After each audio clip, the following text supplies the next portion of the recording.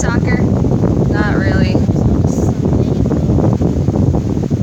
My mom had me in physical activities before I was even able to comprehend the idea of free will. And that's not anything I'm complaining about. I really enjoyed most of them, and it got me being active really early in life. If Mom didn't do that, I definitely would have just sat on the floor of my room and played with a light bright for 15 years. When I was 4, my mom was like, "Alright, a banana, future diva. Time to get those feet a tapping." Since I was so young, I really don't remember anything about dance classes. I